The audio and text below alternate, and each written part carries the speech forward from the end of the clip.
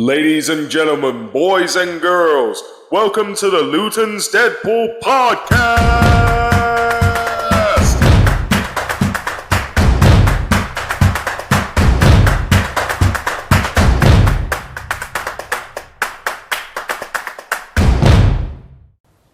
Hello everybody and welcome to a very, very special episode of Luton's Deadpool podcast. Today we're here at the University of Bedfordshire in the TV studio, and I'm very, very fortunate because I've got some wonderful guests today.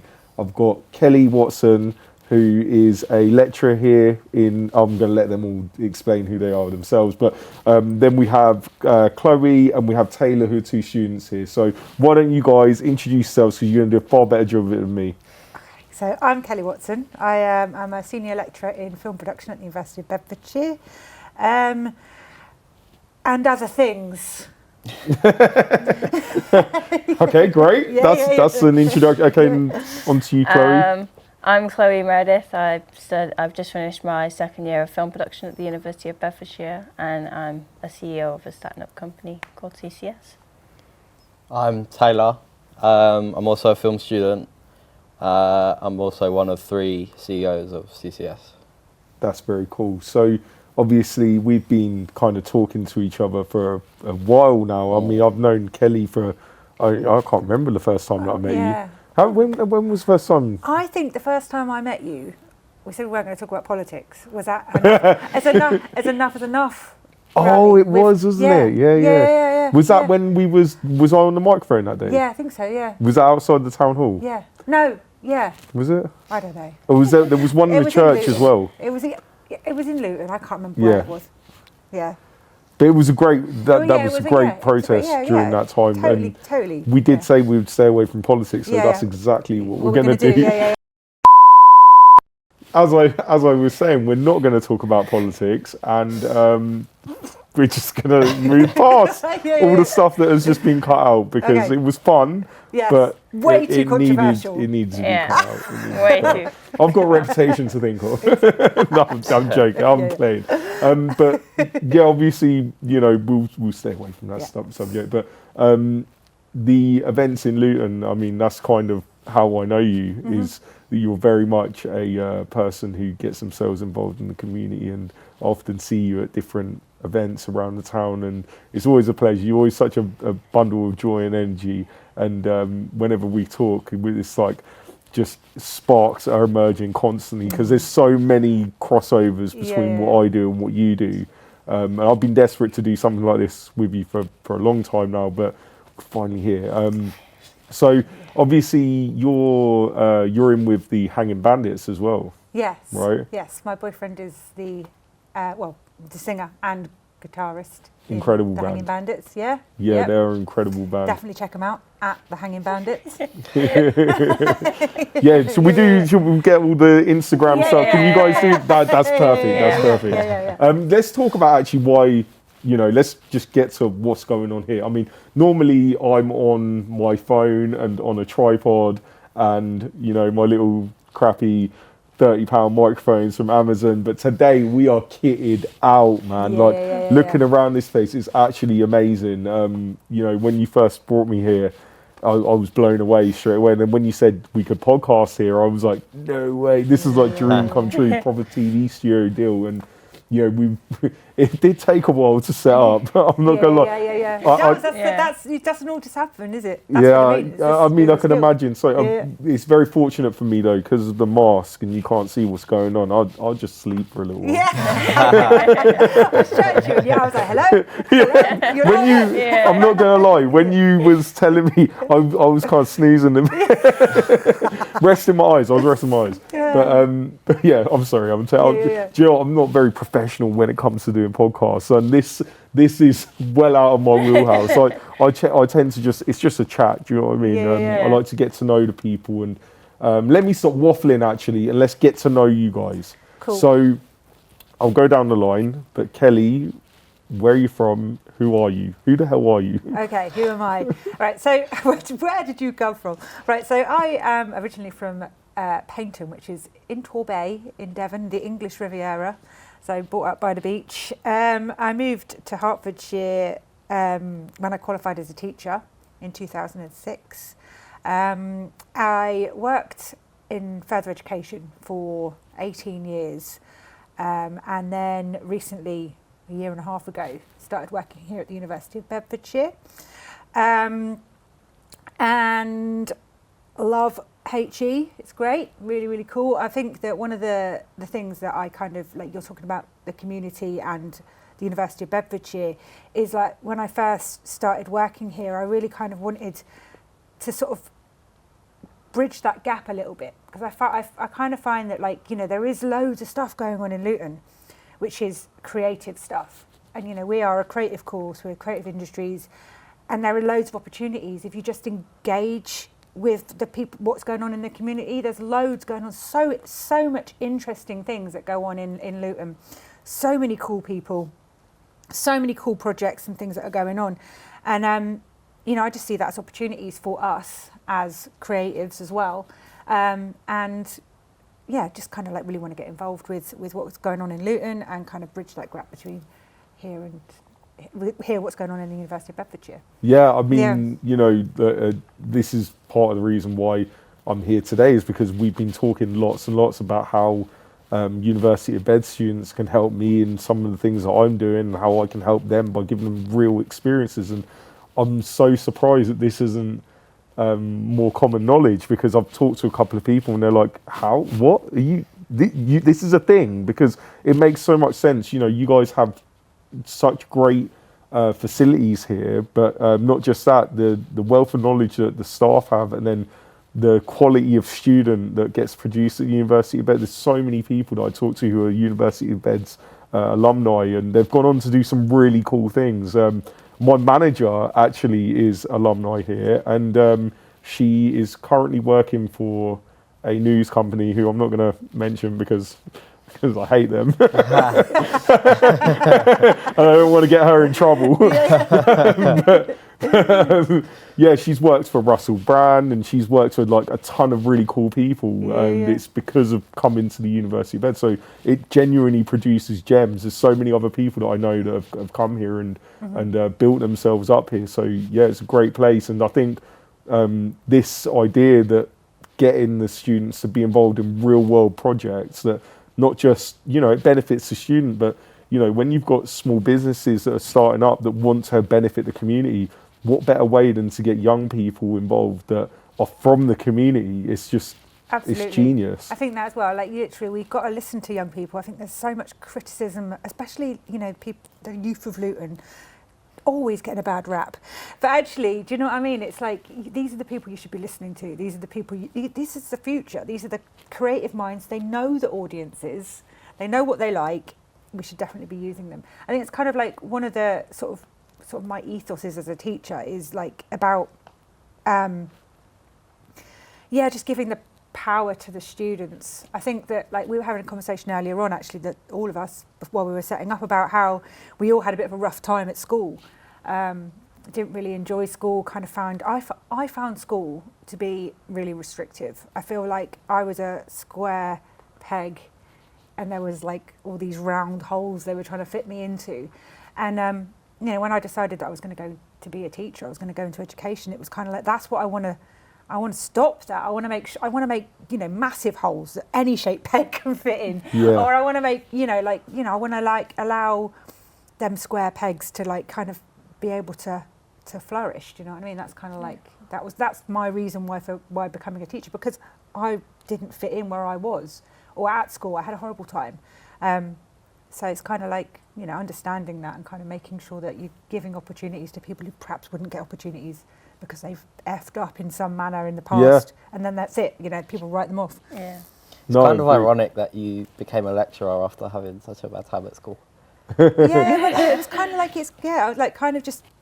It was because I had such a bad time at school. Yeah, it makes sense. It makes sense because, you know, often it's bad experiences that form your perceptions of the world and actually then make you want to make changes to the world. For me, I mean, you know, I had a terrible time at school, really, especially the last couple of years at school was awful. And then I just had years and years of trauma after that. And although it was sad and it was horrible, at the same time, it was like it steeled me to the world, and it made me harder and sharper. So I was able to get through times that maybe some people can't get through or struggle with. I was able to break through because I had such a rough time with it. And then not only that, but it made me focus on what I want to do to leave my impact on the world. Sometimes you need them bad experiences to kind of point you in the right direction of where you want to go. But anyways, we're talking about, you know, we want to give the voice to the youth, and like me and you have basically just spoken this whole time. So let's go, Chloe. Tell me about yourself. Like obviously we talked a little bit, but let's find out a little bit more about Chloe. So I'm originally from Newport in South Wales. Oh, that's the accent. Yeah. I've been trying to work it out this whole time. Like you're some kind of northern, but I'm not too sure how far north. Fully Welsh. Then this Wales is just completely. It's not fully Welsh. It's not like the whole Pontypandy and but it's like a mix, and it's a weird mix. And I do get it a lot where people are like, where is your accent from? Like it's just an amalgamation. But yeah, I did by GCSEs and A levels down there, and I was just kind of looking to get out of the town for uni. London felt a bit overwhelming to be like somewhere to move to from like always living so close to London is a bit of a jump. So I came, this was the only open day for university I actually attended. And I sat in the studio and I thought, oh my days, I want to come here and I want to do this, and this looks awesome. Like all the equipment and like the newsrooms and stuff, and it looked really cool. And I was like, I want to touch the camera, and like, and so I just sort of applied for here, and it's really been amazing. Like the amount of stuff we have access to, and again, thanks to you, we have access to most of it as well. I know I try to apply to as many like collaborations and stuff going around the town. I've helped a third year student for 2 years in a row, so 2 years now.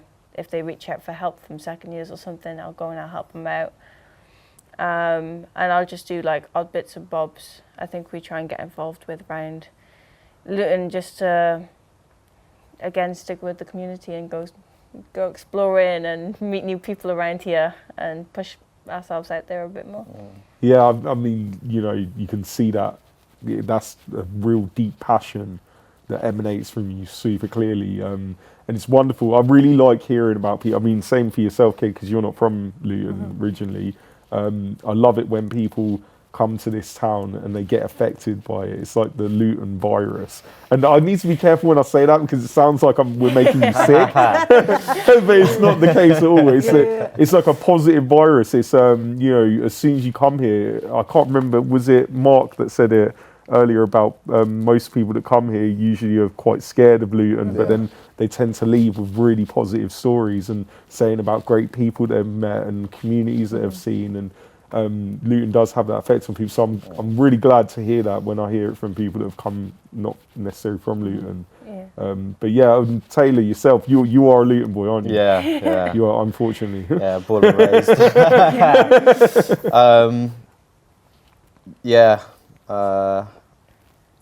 I've kind of been moved to different places, but I've always come back to Luton. Yeah. It's just home, I guess.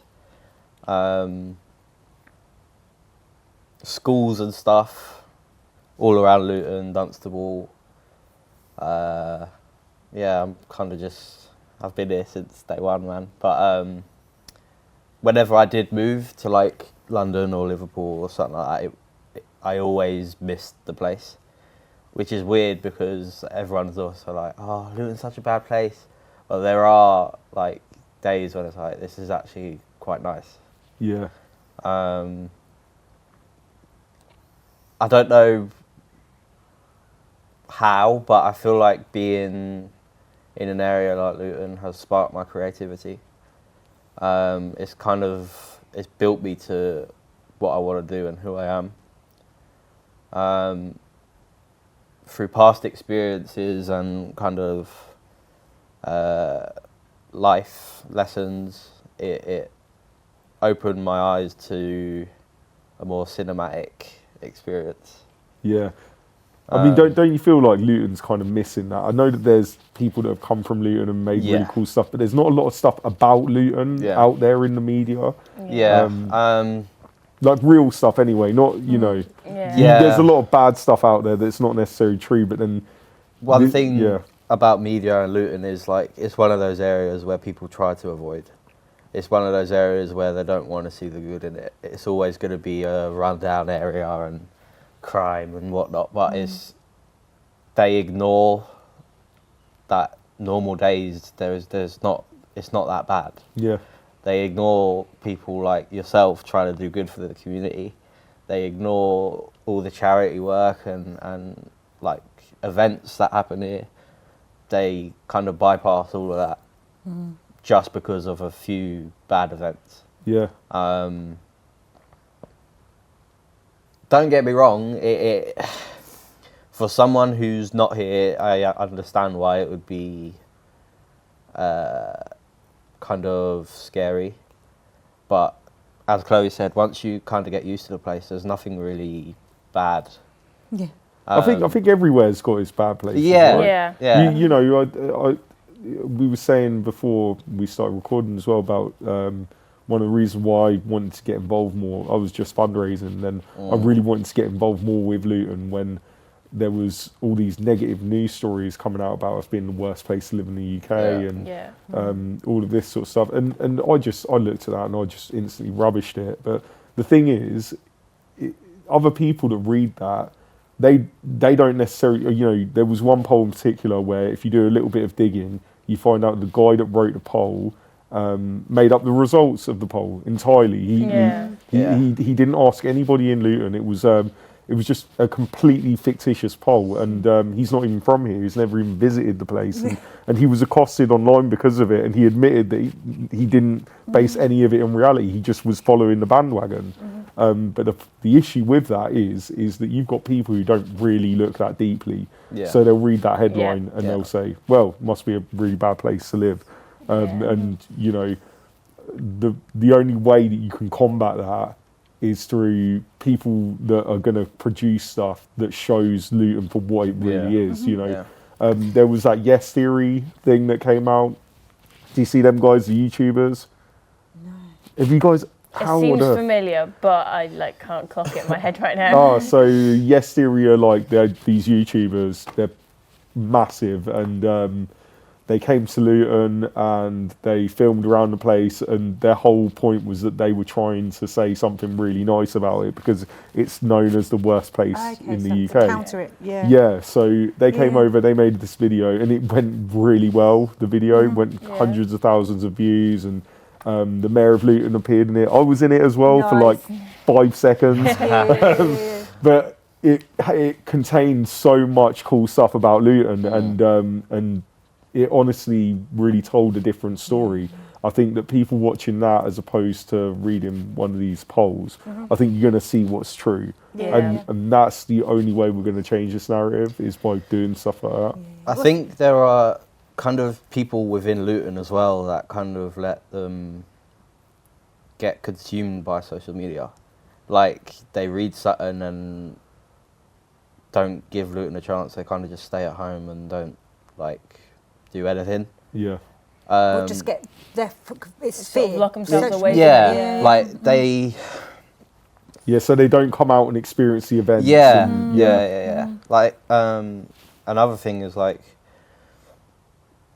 apart from like football players and stuff, you don't really see people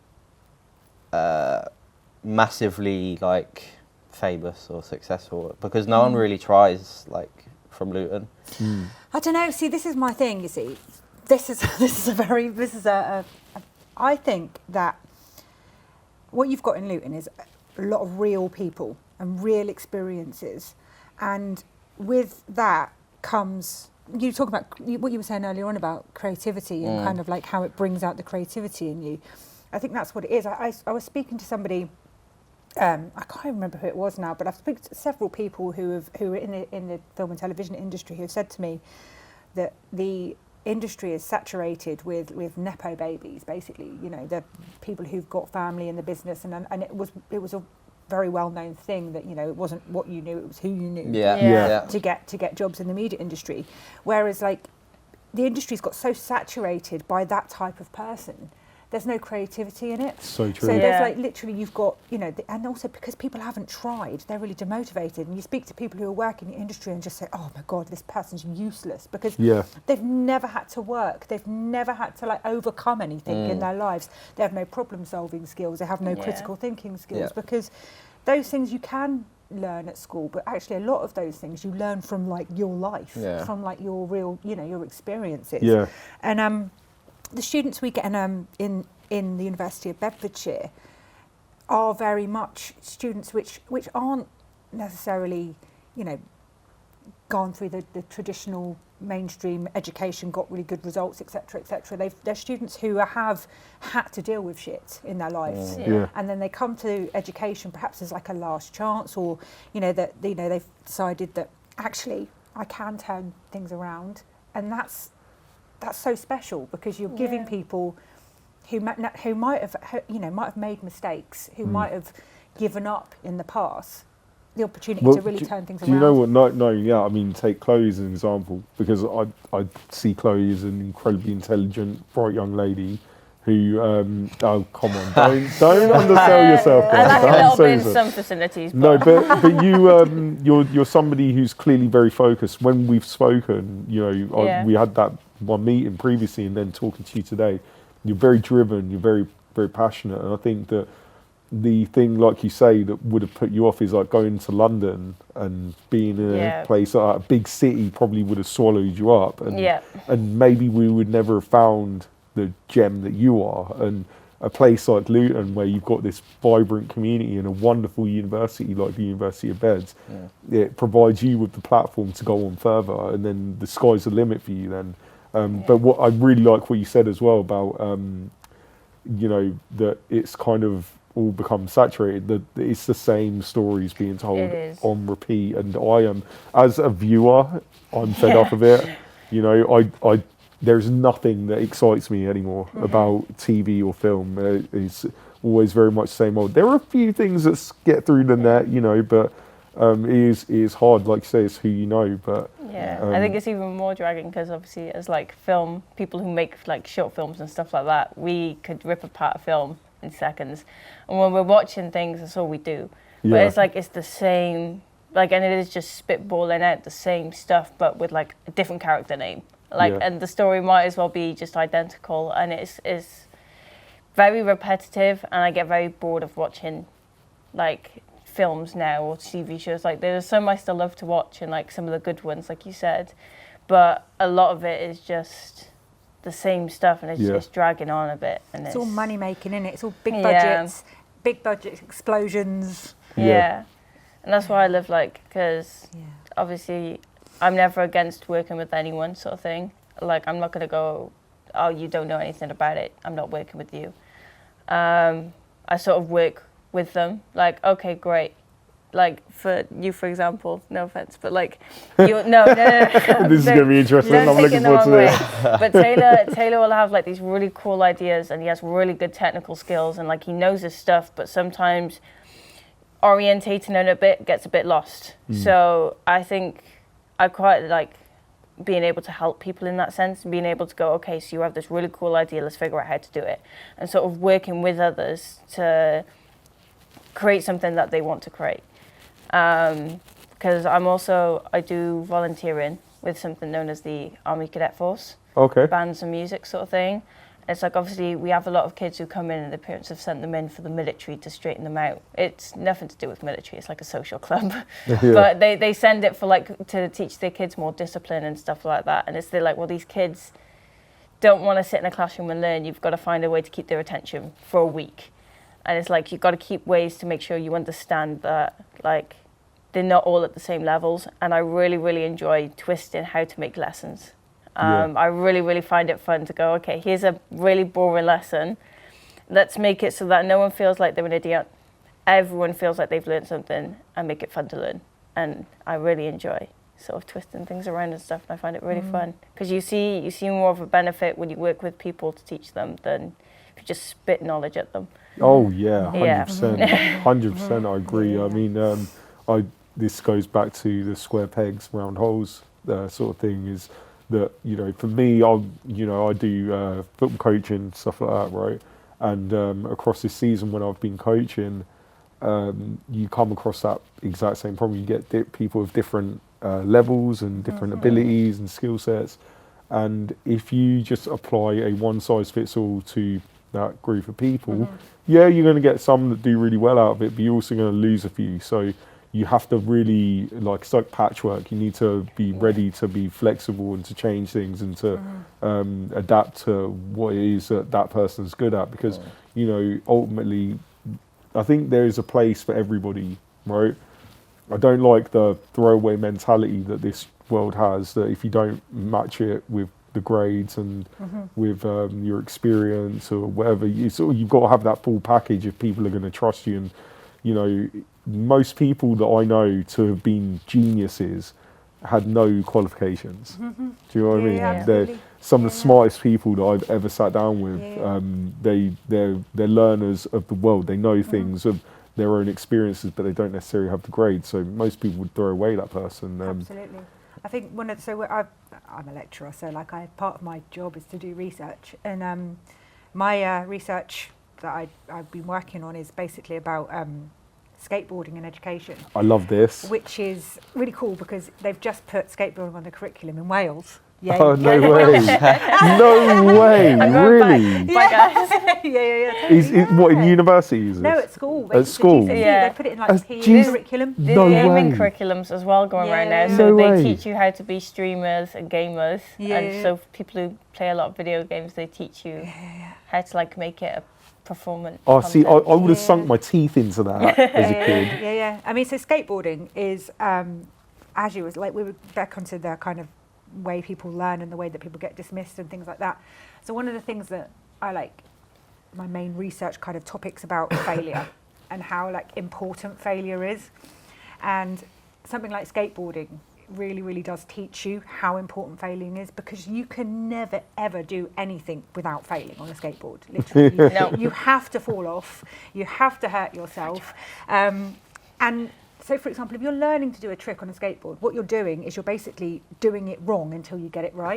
Yeah. And if you literally apply that to everything that you do, that's it, and not feel like bad for like getting it wrong. So, for example, making a film. If you make a film and you do it wrong, you're gonna do it wrong if you've never done it before. Like, but you know, that's fine. Yeah. Just keep doing it until you get it right, until you find how it works for you, and that's kind of like where I want to kind of like, that's kind of, again, another sort of like way I think about teaching is like, don't berate people for not getting it right. Yeah. Because actually that's just part of the learning process. And sometimes when you do things wrong, you learn something, like even you make something better by mistake, for example. 100%. Yeah. So like, I think, and that's creativity as well, isn't it? So like, and I made a series of documentaries in 2017 called WeCanFly. And they were basically, they started off as the first documentary is a documentary about how skateboarding and creativity link, and how skateboarding is like an art, and how like kind of the way that you think about skateboarding is similar to the way that you think about anything creative. Second one was about skateboarding and education, and about how, you know, like I've just explained. Yeah. And the third one was about skateboarding and mental health, which again I know is something that's very close to your subject. And again, like, so I think that they're all connected. I think that, you know, for me, skateboarding is like a strange little link that I've created in my neurodiverse brain. But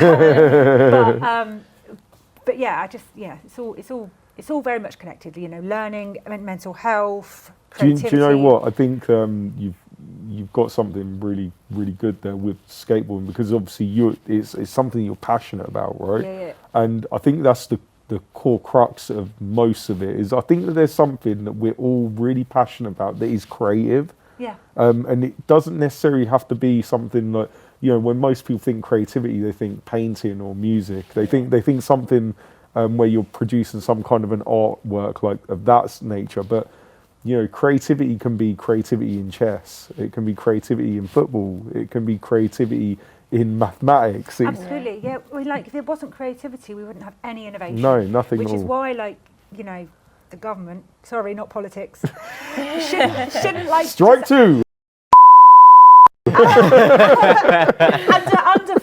underfunding creative subjects. Like, you have to have creativity to have innovation. Yeah. Sorry. That's it. No, it is fit. And I feel like to add on, like a lot more people are discovering, obviously they're like a lot more neurodivergent nowadays, and it is growing in numbers. And I think it's important to understand like how to make things creative for people as well. Yeah. Like show them how to make football more creative so they learn something fun. And like it's a nice even blend between education and having a creative twist to it. That is really nice because it does make things easier on the brain sort of thing. It makes you feel like you've gotten somewhere and like you're still going through the trial and error, but it doesn't feel like as harsh as a process as it does when you go through the traditional system. Because I know like I passed obviously my GCSEs, my A levels, but I really struggled. Like I don't know how I got it because I found it very difficult to stick to the system. And there were some things I was good at. Like obviously like my literature is quite strong and stuff like that, but my language and my spelling and fitting all their boxes I didn't quite do, and I couldn't work as many hours as them on writing things because I get too tired too easily and I lose focus. And so I was in the middle ground of not having anything and not being there, and it was so frustrating to navigate and exhausting. And when I finished my A levels, I was there like, I really hope university is like nothing like this because this was awful and it is so difficult to get through. And I think the only thing that like pushed me through it was knowing it's fine, you got university, you'll go and you'll give it a shot and you'll keep going. It was sort of like my go-to to keep pushing, and I just I really do believe that when it comes to the education system in general, again, this is kind of political, but we'll run with it. This is my show. I'm allowed to say what I want. But with the education system as it stands, I think it's just letting so many people down. I really think the whole thing needs to be reformatted.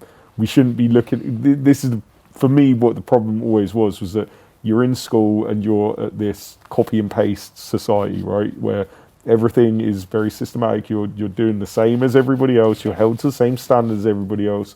And, you know, like you say, it works for some subjects, doesn't work for others.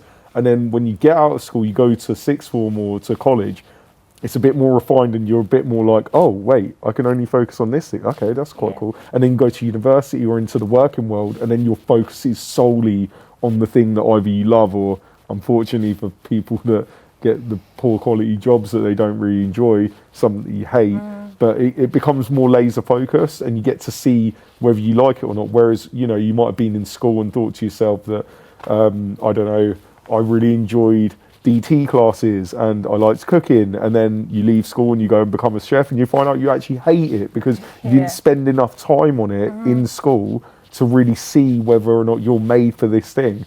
And I think that once you do find that, teachers have to be so perceptive. Teachers are crucial to this entire process, because I think as a teacher, one of the main jobs should be finding that passion for the kid and getting them into the right area and not overbearing them with the things that don't really serve them.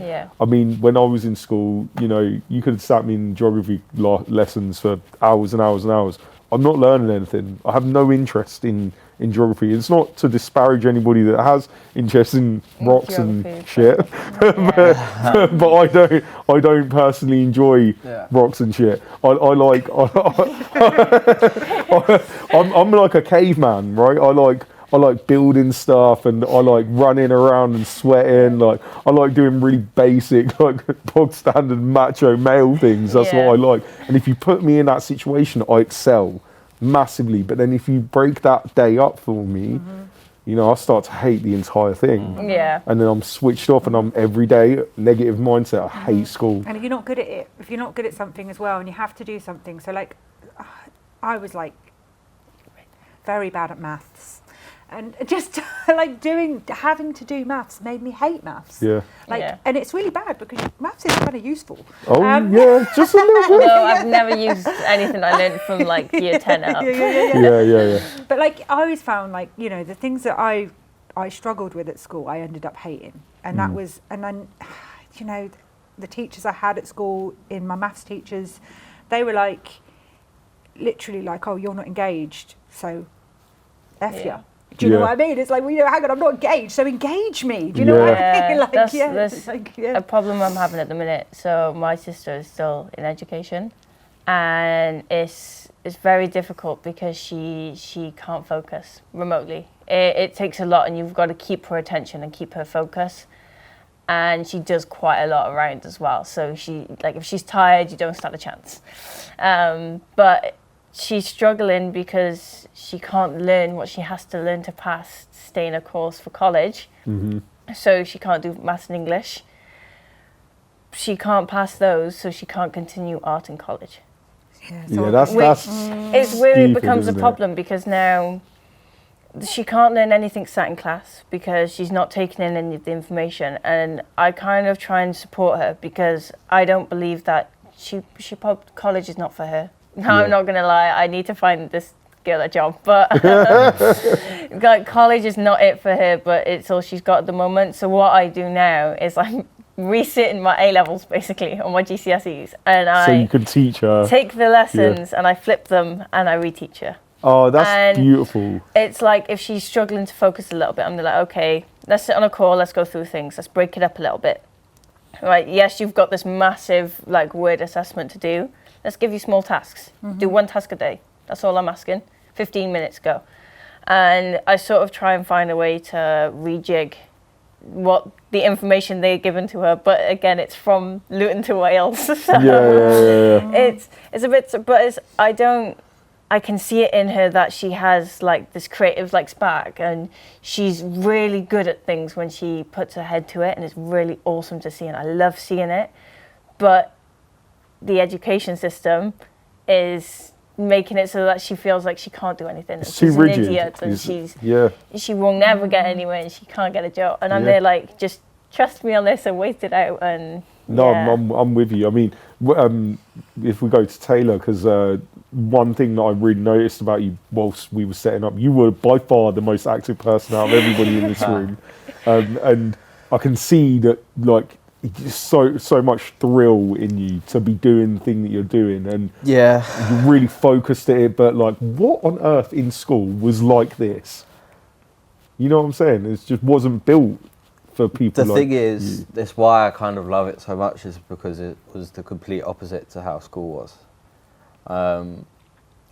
I have free reign and I can do what I want to do, instead of being forced to be in classrooms that I didn't want to be in. Be around people I want to be around instead of being forced to be around people I didn't get along with.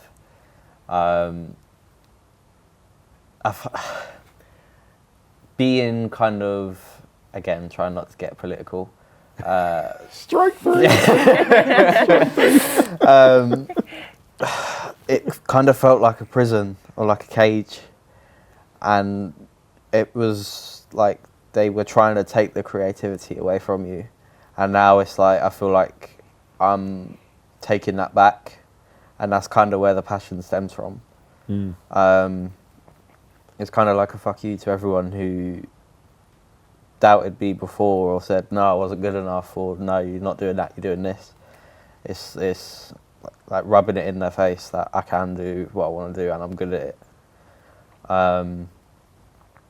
Yeah, it's there was never anything like this in school. Yeah, like what would you be doing now if you didn't have this? Where would you be? I wouldn't be in a good way.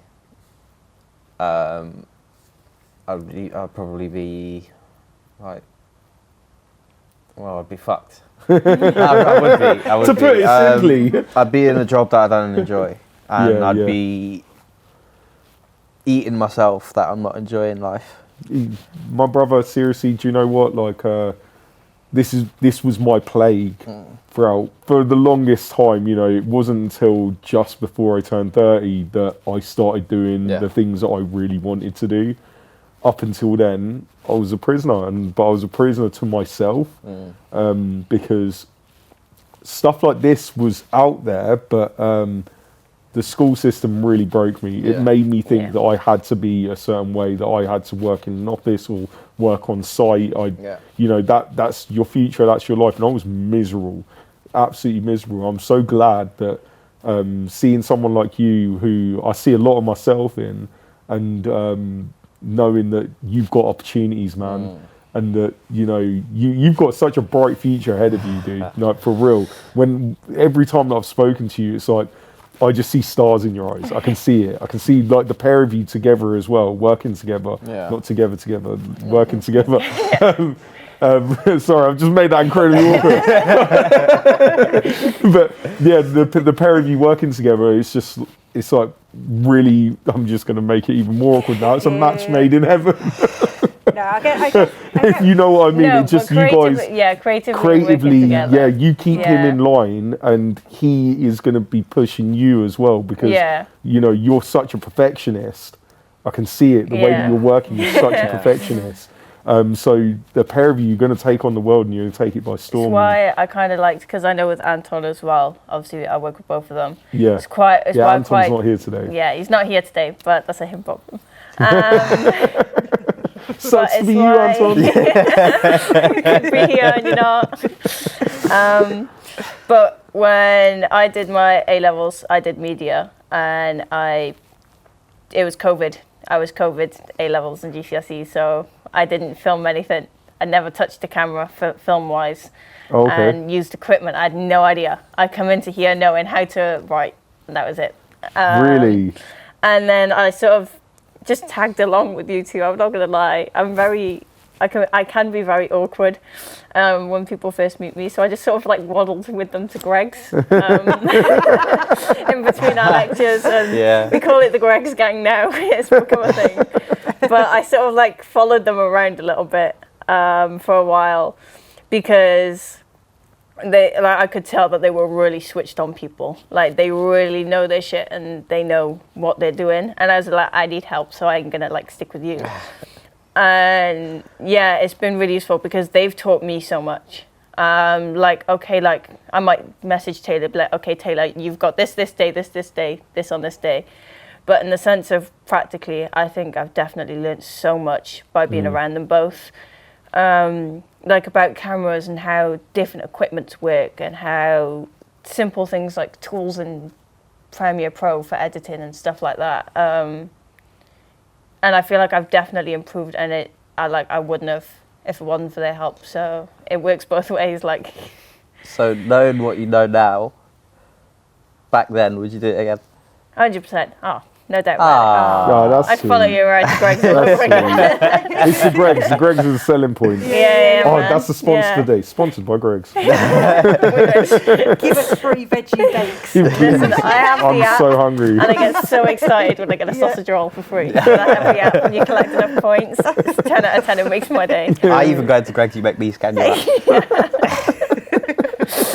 Right, enough of the pasties. Let's do politics. No, I'm joking.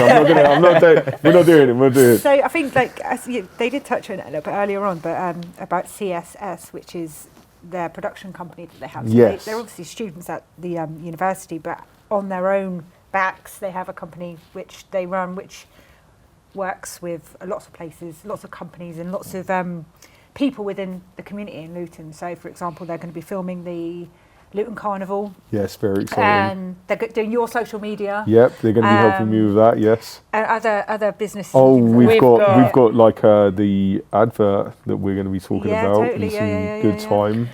I know we got. I worked with a third year student who asked for help again this year. We're helping someone do a set design for a possible TV pilot episode. Yeah. Awesome. We've got a documentary coming out.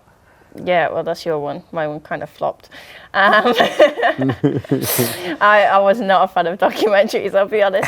Oh, really? Do you know what? I tried to make a documentary, right? I had hundreds of hours of footage in Luton at virtually every event that took place across 2022 and 2023. So we had tons of footage. The mayor talking, like really, really, really prominent people. And Even some people who now it's not coming out. I could probably talk about it. No, I'm not going to. But they're super prominent, famous people of Luton Town that were in the documentary, and it was going to be brilliant. And then it's just, you're just not working with the right people. Yeah. You know what I'm saying? You still got all those footage. No, because that's originally how we met. No, because unfortunately, the person who wasn't working the best in the whole thing has the footage. And But just so remake the it, it's documentary's fine. not coming out from me, but I can totally Will we relate. make it? Well, you can make it, yeah. I don't know if we were touching documentary yet, but No, you just said I'm paint just documentary. right. See, We can talk after this. We can talk after this. I got really excited about my idea. Yeah, let's hear it. If you're happy to talk about it. Yeah. So I don't really have a lot going on in my life but university. So Kelli gave me the idea to do it on cadets. But obviously, cadets is age 12 to 18. I can't get permissions off parents to film all these children and stuff. Much. So I thought I'd show my journey in cadets because I'd been there since I was 12. And they helped me a lot in the sense of building my confidence. Like, I couldn't ask the bus driver for a ticket, and now, like, I do Now really you're cool sitting on a stuff. podcast. Yeah.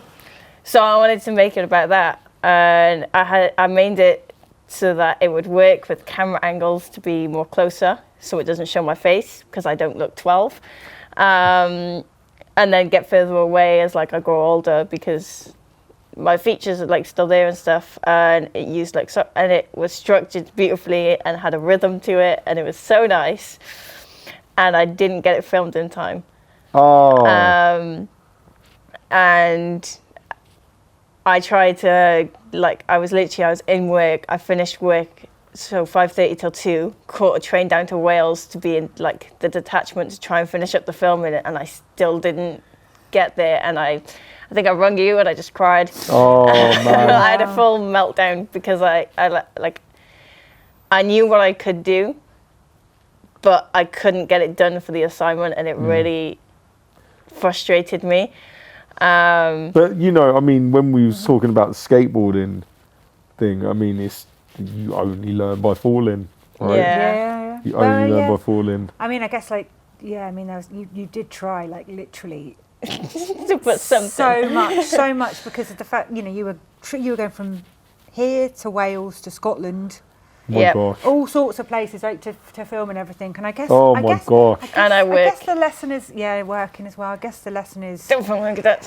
No, I guess it's about time and kind of realistically being able to kind of doing what you can do within a particular time. Because I think the problem was as well. So I was there like, I've got a whole week. I'm fine to film because I was going away on a camp with them, forgetting the element of I have training to do on this camp. So I'm needed for the majority of the day. So I can't just disappear with a camera and go film. I have to be where I need to be. And I think I didn't really take that into account when I was planning it out. But yeah, so that just sits there now in the edit and it's never going to see the light of day. Like literally, I like learn, every time I do something film-wise, I learn something new. Do you know? I will admit, I was surprised at myself with the camera because normally, again, Taylar and Anton have free reign over operating everything. And this one was one that I was filming by myself. I couldn't just say, hey Taylar, can you come hold the camera? I had to do it all. And it was kind of nice because I did surprise myself with some of the nice angles I got and stuff like that. So it's to show you that you've actually got the skill on your own, Just because the product didn't come out, the way that you thought it was doesn't mean it's a failure. Because actually you did learn by it. I also think you shouldn't doubt yourself when you have ideas. For example, like a documentary about why I hate documentaries. Oh yeah, Is that that was yours? my Brilliant. original idea. That was the original idea. I said he couldn't do it. That's She said I couldn't do it. I actually planned it out. So what it was going to be, a documentary of why I don't like documentaries, right? So it would start off and I'd sit on a sofa and I just go like, as if like I'm talking to myself, like this is my documentary on, and then I don't have a title or an answer. And I'm kind of thinking, and I go off and I start researching into documentaries, which would have been my research element. The same. And I'm looking into these style of documentaries, and I'm talking, like, I'm monologuing myself. So I'm there like, well, this doesn't work because of this, but I'm talking all technical, so it has a storyline. Yeah. And then by the end of the documentary, I realised I've made a documentary. You've made a documentary, but you've not. That was what it was going to be. You did explain that. I mean, that does sound quite interesting. I'm still going to make it because the cadet one kind of got to be left. Yeah. Because I think that's a really interesting idea. Yeah. Because do you know what? I have to say, I'm a little bit sick of documentaries as well.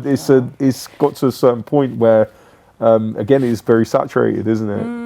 And I guess there's a bit, it's just too much to But choose I do from. love documentaries. You did You show get me some how to really make them good more ones. fun. Yeah. You did show me how to make them more You fun, do, I'll be honest. you do get some really good ones. I guess I'm kind of saying it in the same way as what I mean with TV and film. There's some really good stuff out there, but if it's going on the same kind of old stuff, But the good ones are the indie ones. The good Yeah, ones, they're the independent best ones. Yeah, they are the the ones best. that are made like for big channels and stuff like that. They're all the same. Yeah, because they always take the same shots, and it's always the same kind of way that people are talking, And they've and got so And it's many the same rules. boring voice. They've got Yeah. they've No got offence. rules. You know, Yeah. they've got, not to be political again, but you know, they've got to follow rules and things like that. So it's got to be kind of like, you know, non-biased and all this. I find Yeah. it difficult to engage with them. Can't be truthful completely because it's got to, like, you know, fit. you got to keep a remit. lot of people Yeah. happy. See, this is kind of why I'm enjoying CCS so much.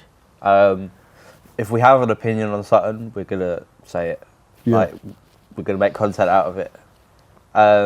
You have no masters. Yeah, Yeah, exactly. I'm kind of not. When I started, I was afraid of how people might think of my content, or what if I do something wrong. Now it's like, if I have a strong opinion on something, I'm kind of proud to Yeah, release that. yeah. Yeah, that's kind of why our group kind of clicks as well, because we don't really care if you hate our wanna make opinion stuff. or. I think it's just the best way to work. I mean, for me, obviously I work alongside a lot of people, but I'm never underneath or closely linked to them people that they can tell me what to do. I'm not going to lie, I've had a couple of people try and dictate to me how like I do things as Deadpool, and I just break the relationship, you know, because ultimately for me, I think that I should be trusted at this point for how long I've been doing it. And, you know, I'm never offensive. Okay, I swear on my podcast, but it's a podcast, you know what I'm saying? Who It's a- cares? There you go. That's what I was trying to get out with that. But, you know, I don't do it when I've got the bucket and I'm around kids. yeah. Do you know what I'm saying? There's a time and a place for Yeah, certain exactly. behaviours. Like, but I've got my standard, and if you try and move my standard, we're done. It's not happening. I need to be free as a bird, because that's when I perform at my best. And I think it's the same for you guys. You need to, you know, I think having some kind of structure is good, but and to have advice and experience on your side as well. Like, you know, you're very, very lucky when you've got somebody like Kelli you can talk to and pick her brain. But equally, to be able to sort of just go at the end of it, well, I'm going to do what I want anyway. It's a real freeing sort of thing. Yeah, I mean, that's a beautiful thing about, for example, working with your community and working independently as an independent filmmaker rather than, you know, for the man. Yeah. So, like, you know, so I do music videos. Yes, you do. Yeah, we've spoken about this. Yeah, so Vandalism Begins at Home. Yeah. Another group Amazing of local guys. legends. Amazing guys. So yeah, been doing some videos for them, like obviously for people on their record companies, and I just think it's just so nice to be able to be creative, and working with other creative people is the best thing, and that's what it is. It's like, Luton is a creative community. Like, everywhere you look is something. There's something artistic going on. There's something arty. You know, everything. I feel like with a town like Luton, because of the fact that it is, you know, suffers with financially and suffers with a bit of, with all the stuff that we're not going to talk about. Creativity is it's a freeing thing. It's a way of being free, a way of expressing yourself. You know, anything from, you know, street art, for example. You know, it's just a. We need more of that. I was going to look at something. Has anyone ever heard the name Salvador? Salvador. Yeah, around Luton. Yeah. He has the speaker. Oh, he has his I dreads, think and he's I've heard always it. dancing. Yeah, is he the Colombian guy? Is Yeah, he? and he comes yeah. into my work a lot, and we say hi. We all get along with him. Absolutely lovely. And I did debate, but I didn't have this idea until after the deadline, doing a documentary on him, because he literally he hasn't. No one knows what his job is. No. Right? No one knows how He he just has goes money. around He with his just- boombox, right? But he goes around and he just dances with anyone and walks Yeah. up to everyone and he'll talk to you and he'll give you a hug and he'll drag you along to start dancing and. Do you know, I always love it when I'm doing my I think it was like a time when I was doing my fundraising, Yeah. you know, I was out in town centre with my bucket. It was one of them days, it was really, really long day, it was really hard. I actually got a lot of abuse that day as well. Yeah. It happens from time to Yeah. time, as you can imagine, being in the town centre. But yeah, and then he comes down the road with his music blaring and he's dancing, he's bopping, he's grooving, and he gets me doing it as well. Yeah. He picked me up and I felt amazing Yeah. afterwards. And you know, it's people like him who have these really, really unique stories. Like, you're right, somebody should do something on him. Yeah, I'm debating it. I need to talk to him about it. It's Do your actually- due it's going- diligence, I because have he's mentioned crazy this as to well. him. No, He is crazy. He's lovely, but he's yeah, crazy. he sticks around quite a bit, but he also knows his people well. Yeah, Like if yeah. someone comes into my work and they're a bit of a ruckus and they're causing a riot, he won't associate with them, and they'll try and come up to him and say something to him. And he'll be like, no, you're on your own in this. You're doing something in the wrong. I'm out. And so there's something in there, but he's also semi-level-headed as well. You just gotta. I feel like with creativity though, you've either got to go through some shit or have something. Yeah. Like to our level of creativity, it needs to be like something not quite right. I mean, what does that say about me, sat here in a Deadpool? It's like, for example, me and probably you are like riddled with ADHD. Yeah. I said this on my documentary, it's like someone who just kind of lived a normal life and doesn't have kind of any mental illness or hasn't been through anything in like their life, there's not a chance that they could create something as kind of out there Yeah. as I would, because Yeah. that part of thinking doesn't exist. It's a superpower. Exactly Yeah. what Yeah, I was that's right, thinking yeah. as It's well. a superpower. It's a We're just- legitimate superpower. That's what I class it I as. mean, do you know what? Like ADHD is something that I've been really like looking into, because where I do mental health stuff, Yeah. and it is just exploding, right? It seems to be massively exploding, or maybe it's always been the case, and you know, it's just there's better like testing methods now, and No, I people just are more think, aware of it. I think social media has a lot to do with it. And Yeah. I Yeah. think that's kind of like people think, oh, yeah, and everybody's jumping on a bandwagon, that kind of thing. But I do think it's because nobody really realised all these weird things that you Like do. being a weirdo in school was Yeah. actually not being a weirdo. Yeah. No, It's something because a you've little got bit different ADHD. going on. Yeah, 9 times. I mean, for me, I've been really, really looking into this, and you know, I see most things that we do as being it's a result of evolution, right? There's a Yeah. purpose Yeah. for it, and ADHD is no different. Like for me, the only reason why I can think ADHD would exist in human beings, because it doesn't make any sense really. It's harder to motivate you. Your attention is so much shorter than everybody else's that Yeah. you can't function as a normal human being, you know. And across most of What's time, normal though? What's normal? yeah, That's the well. thing. I mean, But I think- you can't do society standards then. Yeah, Yes, exactly. that's exactly what it That's is. close Yeah, to what I mean. yeah. But I think that then if you take us back to 50,000 years ago, when we would have been hunter-gatherers and we were living in small tribes, and you're looking at who's going out into the wild to find new land, Yeah, to exactly. find the berries, to hunt for the rabbit, to be Yeah. like really, really, Yeah. you know, I'm Someone on had to my figure out how to game catch a when, rabbit. yeah, when I've got a task, when I've got a really specific task, right, I'm on that task. If Yeah. you tell me, stare at this particular part of the wall and you're not allowed to let it leave your view for X amount of time, and if you do that, then you're going to be greatly rewarded, right? I can do it because my brain is capable of handling something like that. If you give me a whole bunch of equations that I've got to go through for hours and hours, it's just not going to Doesn't happen. work. But if I'm directed to a task, like catch a rabbit, right? Yeah. You know, I think that my brain is like ready. It's like primed for that sort of stuff. And nowadays we don't have any of those pressures, right? There's no reason to feel like that. So ADHD is kind of a recess in my mind of what maybe its uses would have been back in them days. But what you find now is that catching a rabbit requires creativity, right? Remembering where the good berries are and the bad berries are requires like visual acuity to know the colours are different. It's so finite, the differences between things. And I personally think that nowadays you're finding a lot of people that have ADHD or people who have autism as well. They're generally very, very creative people, and I think that's kind of where it stems from. If you see where I'm coming from. Yeah, no, because I know I'd like figuring out ways around it as well. So I've grown good with my own brain, if that makes sense.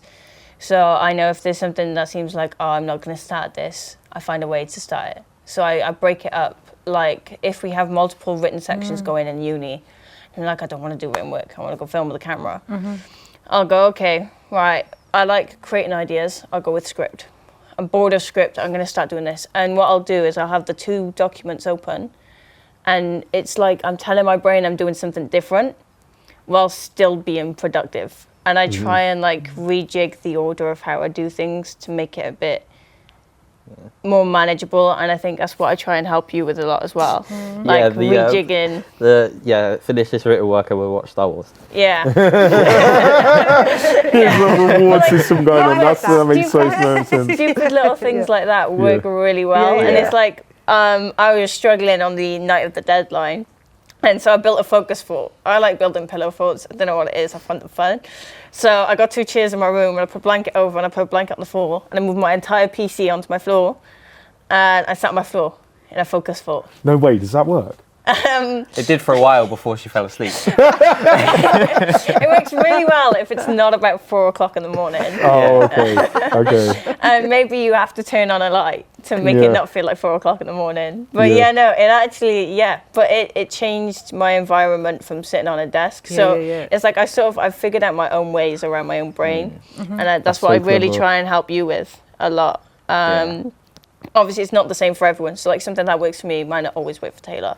Yeah, but it's like, you know, I feel like you need to have like resets in your brain. Do you know what I mean? To get you out of the funk so then you can start a task fresh and in a way that's actually productive. Yeah.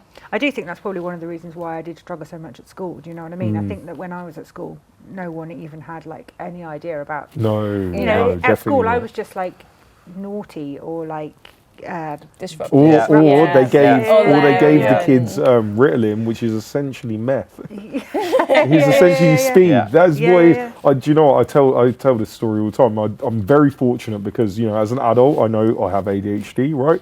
But as a child, I was undiagnosed. Yeah. I thank God I was undiagnosed because my friends that were diagnosed were given tons of Ritalin, right? And it's really funny. There was a friend of mine who. Years ago, he took speed, right? And not promoting drug use at all. Drugs are bad. Drugs are bad. Except from coffee, apparently. But anyway, no. But he took speed, and he said to me that immediately he felt like he was at school again.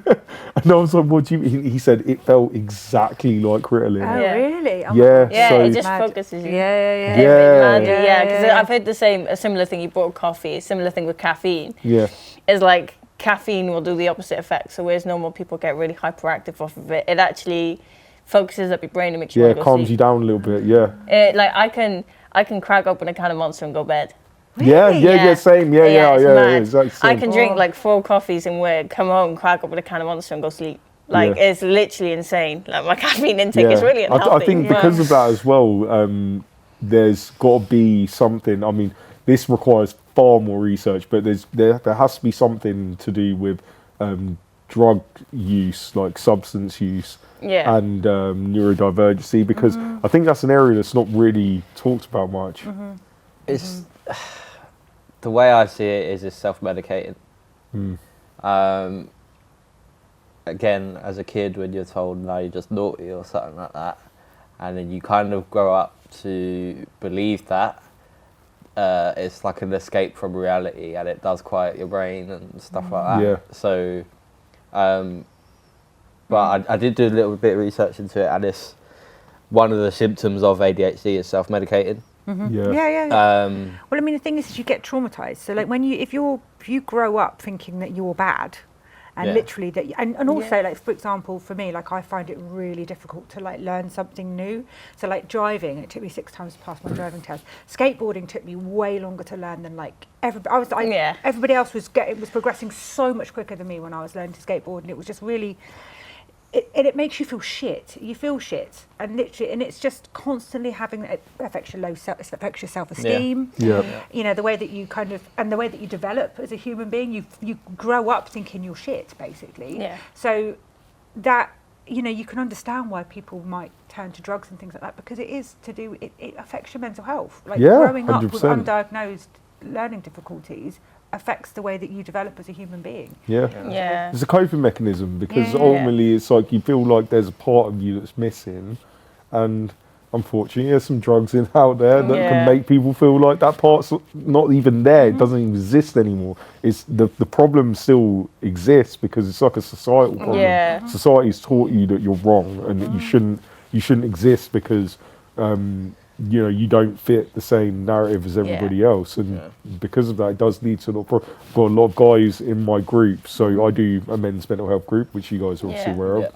People don't know, but there's guys in my group who have massive substance use issues, and I won't go into who it is, obviously, but these guys, they really struggle. And then when you get deeper and you ask them about certain things, there's a lot of trauma there, firstly, and then secondly, there's usually an underlying undiagnosed mental illness as well. And when they're given the help and they're able to recognise it, a lot of these guys end up being able to control that part of it. You know, I think we all still kind of, you know, everybody gets up and has a cup of coffee in the morning, right? Yeah. And some people like to have a beer, and other people like to do really heavy drugs. And I'm not recommending any of them, but at the same time, there's a reason why they're doing it. I think that needs to be looked at so much more. So much more. Because it does. Go on. Sorry, it does diminish. Like, because I know, I'm dyslexic, and I wasn't diagnosed until uni. And it was really thin because when they diagnosed me, they said, don't get upset. And I was beaming with a smile because it was so nice. Because I struggled. Finally, it makes sense, right? Yeah. And I always felt slower. Yeah. And, like, again, I'm very, like, I can be very switched on. And I knew I could do that, but I couldn't do it at the speed of everyone else. Yeah. And it was like, I would sit in class and, like, they would read a book. And I figured out my own methods. So, like, I used to read with a ruler because I found that I kept reading the same line. I didn't know why, but I used to reread the same line and not realise it. I do that. So I used to follow a ruler. And the girl sat next to me one time would say, like, oh, have you learned to read yet? And I was like, okay, finger it is. And it was like, it took me so long to try and keep up on top of, like, reading and figuring, like, I could never understand questions in a test properly because they word them to trick you, but that's not how it works for me because it does trick me. And I spent so long feeling like I was so much slower and stupider because I couldn't spell simple words, and, like, my parents didn't realise. So they would try to get me to do spelling tests with my siblings who were, like, 4 years younger than me. And they were getting, like, 10 out of 10, and I was getting, like, 4 out of 10. And them being younger, they're like, ha, I beat you, I win. And then they're like, I'm 4 years older than you, and I cannot spell your homework spelling test. Like, and it does really affect mental health. And I think it is really difficult to get through without any problems. Yeah. Like, no, it's definitely a major issue, and I pray that as we go further in the future, you know, things are getting better. This is a good thing. I think that we tend to always think that we're living in bad times and stuff. This is actually probably one of the best of times that human beings have ever existed in. All the information that's available, the amount of awareness that's being spread, the fact that there's not stigma anymore around mental health. You know, I can speak about it freely, and I was never able to before.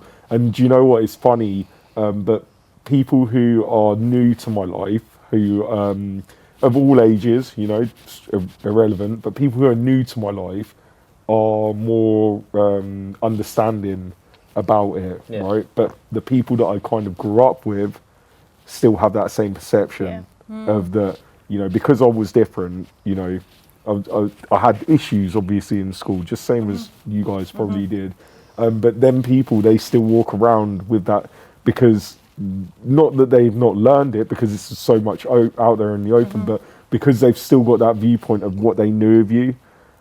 So they're kind of stuck in a bit of a cycle. And I think that, you can definitely see it just by that on its own, that when you do meet people, you know, new people that had nothing to do with your past, people give you more of a chance nowadays, I find, you know.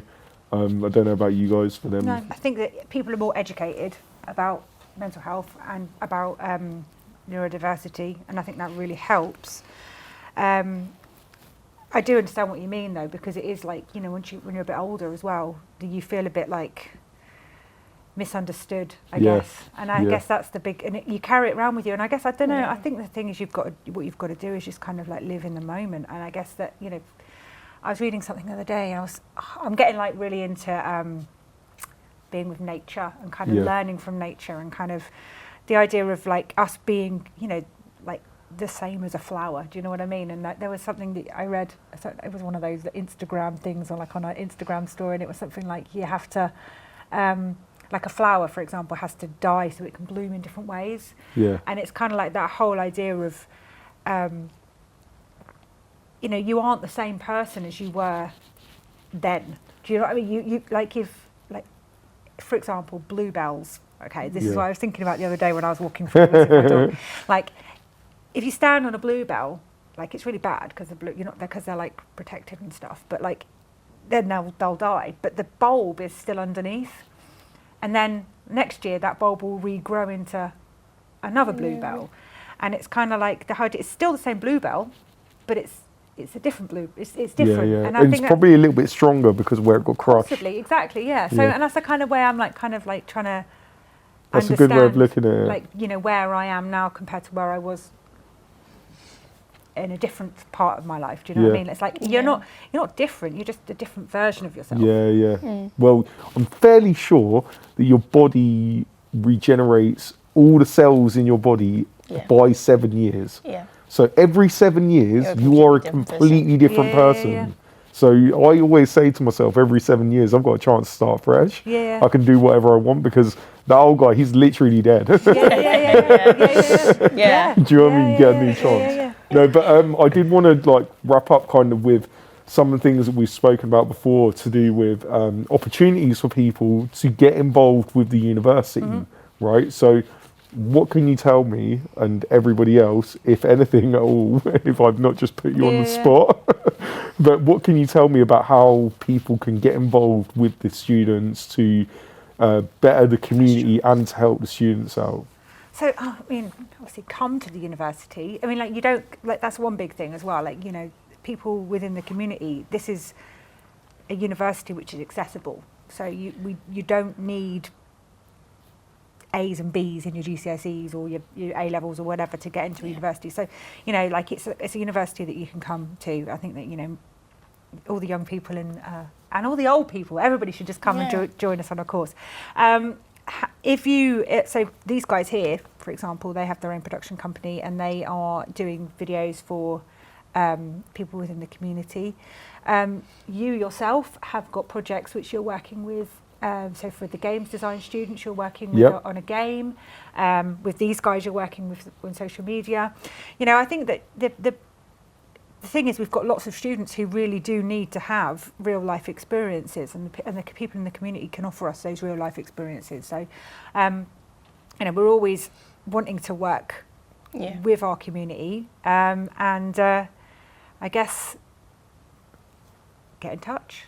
So how can people reach you guys if they wanted to? There are official routes to go down to get involved in the university, which is basically through our business partnership team.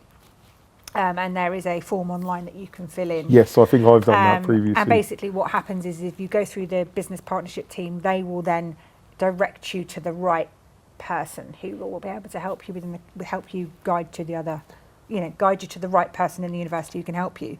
Otherwise, you could at Instagram CCS Creative Cut Studios, Creative Cut Visuals directly. CCS Visuals, isn't it? They don't even know the that's name it. of their company. CCS Visuals, production company.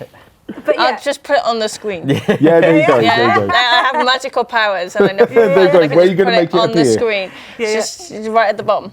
yeah. As I do that. As I do that. Brilliant. There you That's go. brilliant. Perfect. Business Perfect. partnership website on there too. Yeah, I check that on there. yeah, that's the official way of going around it. Yeah.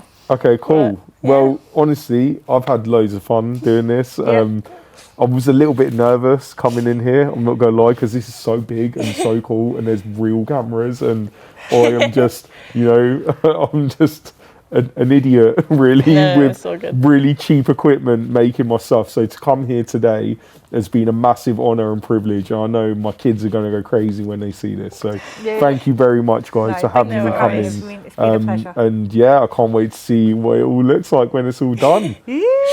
Awesome. And you guys, just to say, so far what I've seen from you and when I've talked to you, the world is your oyster. You've got such a cool thing that you've got going on, and I'm really, really excited to see what the future holds. And yeah, so many lucky students that are going to get passed through these doors and work underneath you, because seriously, what you're doing to let people just grow and to get them involved and to really put the ethos of what Luton Town is out there to these students, it's magic, and you're a treasure and diamond for what you do. Really mean it. It really is appreciated, like from us as well. There you go. It does help, Yeah. and it does make it like it does. Oh, I'm all. You can cry when the camera's on. Don't worry about it. All right, well, that's it. Thank you for watching, everybody. I love you, Luton.